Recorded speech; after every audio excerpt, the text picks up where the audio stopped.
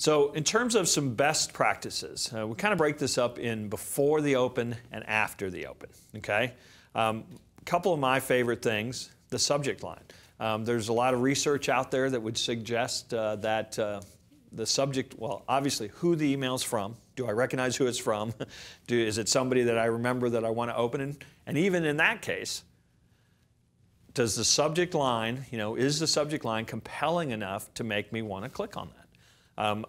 We see it all the time. I mean, I can almost, I should be more scientific about it than I am, but I can almost guess when we're going to have higher traffic from my email newsletter based on the subject line. If we've really written a subject line that we're like, yeah, that's killer. People are going to open that up. They do. And sometimes if we are less inspired that week and we don't necessarily come up with something that great, it shows. So it really is extremely important in terms of getting your email open. As I said, the from line is very important. And a couple things in my mind or in my practice, I see a lot of people doing this. Maybe the email account's in your name, your personal name, but they're expecting to get it from a business. And they may not even actually remember your personal name, or maybe the person creating it is actually the marketing person, right? And all of a sudden the email says it's from Bill Smith, and it's like, I have absolutely no idea. So you can actually change that in most service providers so that it says it's coming from Duct Tape Marketing, or certainly coming from a business name that they recognize. I also like to, I've tested this both ways, and I've actually had people write to me and complain when I don't do it this way. But I put in parentheses the word duct tape in my subject line every single time. And then whatever my subject line is going to be.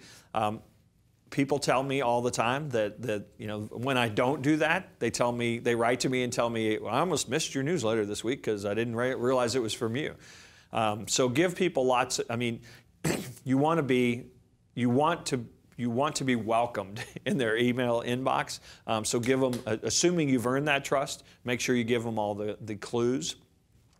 The pretext header, and this gets in, it's not really that technical, but it sounds a little technical.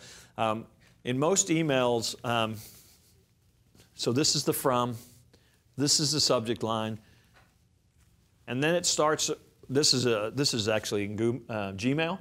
But then that out to the right, it basically just picks up the first amount of text that's in the email, right?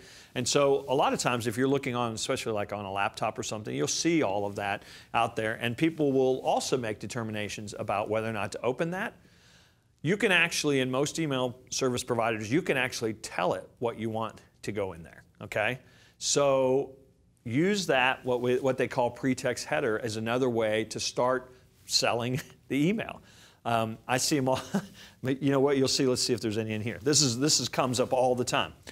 Having trouble viewing this email? Click here, because that was the first thing that if you open that email, as an HTML email, if you open that email, that's what's going to be on the very top of that, which is useful if you've got the email opened, not useful at all as you're trying to scan and decide whether or not that even makes it to the open box, right?